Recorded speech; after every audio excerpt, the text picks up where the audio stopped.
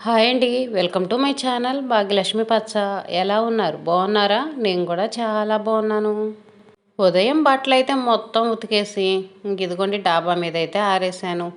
ఇంకా ఆరిన బట్టలన్నీ మొత్తం తీస్తున్నాను. ఈరోజైతే క్లిప్పులు పెట్టలేదు. బట్టలు ఆరేసే డ్యూటీ అయితే మా అమ్మాయిది. రోజు నేనైతే బట్టలు ఆరేసి క్లిప్పులు పెడతాను. ఈరోజైతే క్లిప్పులు పెట్టలేదు. క్లిప్పులు పెట్టామనుకోండి బట్టలు అనేవి కింద పడకుండా ఉంటాయి. క్లిప్పులు పెట్టకపోతే గాలి వచ్చిందనుకోండి ఈ బట్టలన్నీ ఇంక కిందే ఉంటాయి, చుట్టుపక్కల ఇళ్ళలో పడతా ఉంటాయి. మా అమ్మాయి కూడా రోజు బట్టలు ఆరేసి క్లిప్పులు పెట్టిద్ది, కానీ ఈరోజైతే మర్చిపోయిందంట. బట్టలైతే మొత్తం తీసి ఇంక ఇదిగోండి కిందకైతే తీసుకెళ్తున్నాను. అస్సలు ఉదయం నుంచి ఎండన్న మాట లేనే లేదండి. అస్సలు ఎండరే రావట్లేదు.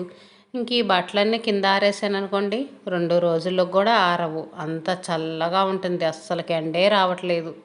సాయంత్రం 5 అయితేనే బట్టలు ఆరిపోతున్నాయి. ఇంకా మనం ఆరలేదని 6 దాకా ఉంచామనుకోండి ఇంకా చల్లగా అయిపోతున్నాయి. బట్టలు మడతేసే డ్యూటీ మాత్రం నాది కాదులేండి, మా అమ్మాయిది. మా అమ్మాయి ఇంటికాడ ఉన్నన్నాళ్ళు ఇంకా బట్టలు ఆరేయటం, బట్టలు మడతేయటం ఈ డ్యూటీ అయితే ఇంకా తనదే. అన్నం చూడండి ఎంత అన్నం మిగిలిపోయిందో. ఈరోజు ఉదయం చేనుకి వెళ్ళాలని మిరపకాయలు కొయ్యటానికి కూలి వాళ్ళు వస్తామన్నారు. వాళ్ళకి అన్నం తీసుకెళ్ళాలని ఈరోజు చాలా అన్నం వండానండి. వాళ్ళేమో రాలేదు. అన్నం చూడండి అసలు ఎంత అన్నం మిగిలిపోయిందో. అసలే చలికాలం, సద్దన్నం తినాలంటే అస్సలు తినాలనిపించదు. ఇంకా సాయంత్రానికి ఈ అన్నం ఏదో ఒకటైతే చెయ్యాలి. ఇంక ఇలా తినాలంటే అసలుకి తినం. పిల్లలైతే ఇంక అసలుకి తిననే తినరు. ఇంకా టిఫిన్కి అయితే ఇడ్లీకి మినపప్పు అయితే నానేసాను. పొయ్యి పరిస్థితి చూడండి ఎలా ఉందో. పొయ్యి మీద పాలు పొంగిపోయినాయి, వాటిని అలాగనే ఉంచేసాను. ఇంక ఇప్పుడైతే క్లీన్ చేయాలి. ఒక్కోసారి అంతేనండి, బద్ధకంగా ఉండి పనులన్నీ అలాగనే వదిలేస్తాము. ఒక్కొక్క రోజు అలాగనే అనిపించిద్ది. మరలా వంట స్టార్ట్ చేయబోయేటప్పటికి పొయ్యి మొత్తం నీట్గా క్లీన్ చేయాలి. ఇంకా కడగాల్సిన అంట్లన్నీ టబ్లో పడేసాను. ఉదయం కడిగిన అంట్లేమో అంట్లు స్టాండ్లో వేసాను. అంట్లు స్టాండ్లో అంట్లన్నీ సర్దేసి ఇంకా మరలా ఇప్పుడైతే అంట్లు కడగాలి. నవీన్ కూడా స్కూల్ నుంచి వచ్చే టైం అవుతుంది. ఇంకా వాడు స్కూల్ నుంచి వచ్చిన తర్వాత వాడి క్యారేజీలు అవి కూడా ఉంటాయి కదా. ఇంకా మొత్తం అయితే ఒకేసారి అంట్లయితే కడిగేసేయాలి. ఈరోజు కూర అయితే టమాటా కూర చేశాను. ఈ మిగిలిన టమాటా కూర, అన్నం కూడా చాలా మిగిలింది కదా. ఈ రెండింటిని కలిపి ఏదో ఒక ఫ్రైడ్ రైస్గా అయితే చేయాలి. నార్మల్గా అన్నంగా తినాలంటే మాత్రం అస్సలు తినరు. టమాటాలు చౌకైన కానుంచి ప్రతిరోజు టమాటా కూరే అవుతుంది. పిల్లలు టమాటా కూర కూడా తినరు. వాళ్ళకి ఫ్రైలే కావాలి ఎక్కువగా. ఇంకా రేపటి నుంచి చేనుకి వెళ్ళాలి, మిరపకాయలు కొయ్యాలి. ఫ్రైలు చేసుకుంటా కూర్చున్నామనుకోండి అసలు పనులు అవ్వవు. కూర కూడా ఎక్కువ కాదు, ఫ్రై అనేది ఎక్కువ రాదు. పొలానికి తీసుకెళ్ళాలంటే అస్సలుగా సరిపోదు. పొలానికి తీసుకెళ్ళడానికి పులుసు కూరలు, పచ్చళ్ళు ఇవి ఉంటేనే. ప్రస్తుతానికైతే కడగాల్సిన అంట్లు టబ్లో పడేశాను. ఎక్కడ వస్తువులు అక్కడైతే సర్దేశాను.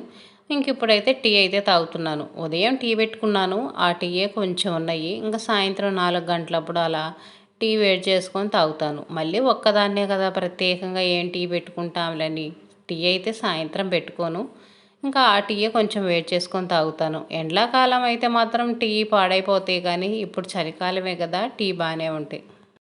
అంట్లయితే మొత్తం కడిగేసానండి. ఇంకా టబ్లో వేసి ఇంకా అదిగోండి అక్కడ పక్కనైతే పెట్టేశాను. ఇంక ఇప్పుడైతే గ్యాస్ పొయ్యి మొత్తం నీట్గా క్లీన్ చేస్తున్నాను.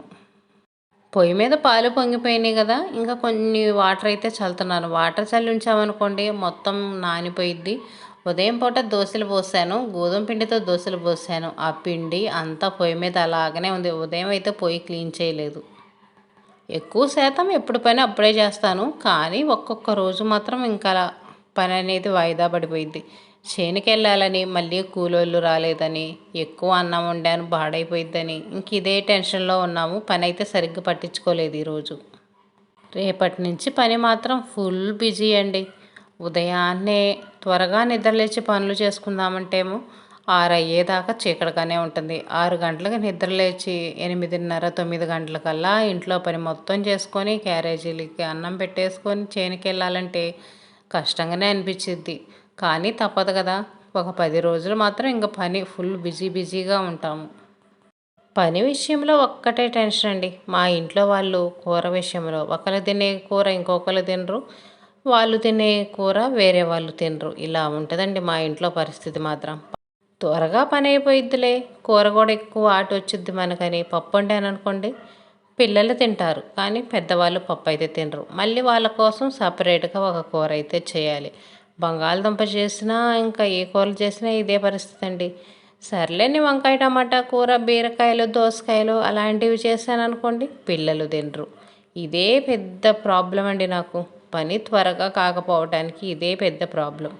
ఏ కూర చేసినా ఇంట్లో వాళ్ళందరూ తిన్నారనుకోండి, పని అనేది చాలా తేలిగ్గా అనిపించిద్ది. పొలం వెళ్తా 2 కూరలు చేయాలంటే ఎంతో కష్టంగా ఉంటుంది. ఏంటి చేను చూపిస్తున్నాను అనుకుంటున్నారా? ఈరోజైతే చేనుకు వచ్చానండి. కూలోళ్ళు అయితే రాలేదు కానీ ఇంకా చేలో కొన్ని మిరపకాయలు కోసుకొని వెళ్దామని వచ్చాను. మంచి రోజు చూసి ఫస్ట్ కొన్ని కాయలు అయితే కోస్తాము. ఇంకా తర్వాత కూలోళ్ళు ఏ రోజు వచ్చినా సరే ఇబ్బంది ఉండదు కదా. ఒక్కో రోజు వాళ్ళు వచ్చిన రోజులు మంచి రోజులు ఉండవు. ఇంకా అలాంటప్పుడు ఏ ప్రాబ్లం లేకుండా ఉండటానికి ఒకరోజు మంచి రోజు చూసి అయితే కాయలు కోస్తాము. ఇదేనండి మా మిరపదోట. చూడండి మా మిరపదోట ఎలా ఉందో. ఈ పైపులు నీళ్లు పెట్టడానికి, అంటే మా చేనికి కాదులేండి, పక్క వాళ్ళ చేని పైపులు. రోడ్డు ఉంటుంది ఇలాగా. మా చేనికి అటువైపునే కాలవ ఉండిద్ది. కాలవ దగ్గరలోనే ఉండిద్ది. కాలువ దగ్గరలో ఉన్న చేనికి నీళ్లు పెట్టుకోవాలంటే డైరెక్ట్గా పెట్టలేమండి, ఇంజన్తో నీళ్లు పెట్టాల్సిందే. డైరెక్ట్గా కాలువ నుంచి మాత్రం నీళ్ళైతే రావు. మా ఆయన అయితే చేని మొత్తం చూస్తున్నాడు ఎలా ఉంది ఏంటి అని. నేనైతే మాత్రం ఇంకా చేనికి ఇటువైపున వచ్చాను. కార్తె మూలకి వచ్చి మిరపకాయలు అయితే కోస్తాను. ఫస్ట్ చేలో ఏ పని చేసినా సరే ముందు కార్తె మూలనైతే చేస్తాము. మిరపతోట ఈ సంవత్సరం బాగానే ఉందండి, పర్వాలేదు. కొంతమందికి బొబ్బర్లు అలా వచ్చినాయి. మా చేను అయితే మాత్రం పర్వాలేదు, బాగానే ఉంది ఈ సంవత్సరానికైతే మాత్రం. ఇంక ఇదిగోండి చేలో కార్తె మూలకైతే వచ్చేసి బాగా పండిన చెట్టు ఒకటి చూసి ఇంకా ఆ చెట్టుకైతే మిరపకాయలు కోస్తున్నాను. మిరపకాయలు కోసేటప్పుడు దేవుడికి దండం పెట్టుకొని కోస్తాను. బాగా మిరపకాయలు ఎక్కువ రావాలి, ఎక్కువ దిగుబడి రావాలి అని. కొబ్బరికాయలు కొట్టడం, పూజలు చేయటం అలా అయితే ఉండదులే కానీ మంచి రోజు చూసుకొని వచ్చి కాయలైతే కోస్తాము.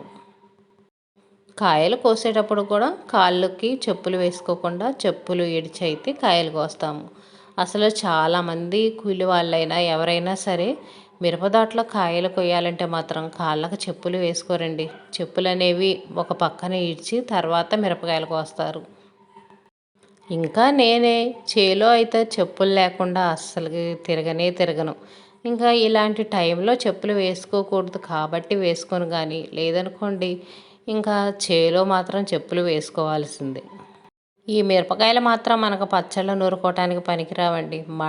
మంట చాలా ఎక్కువగా ఉంటాయి. ఈ పచ్చిమిర్చి కూడా అసలు మేము కోసుకోలేదు. ఎందుకంటే చాలా మంటగా ఉంటే వీటిని వాడుకోనప్పుడు కోసుకోవటం ఎందుకని మేమైతే ఇంతవరకు మిరగాయలు అయితే కొయ్యలేదు. ఇప్పుడే ఫస్ట్ టైం పండు మిరగాయలు అయితే కోసాము.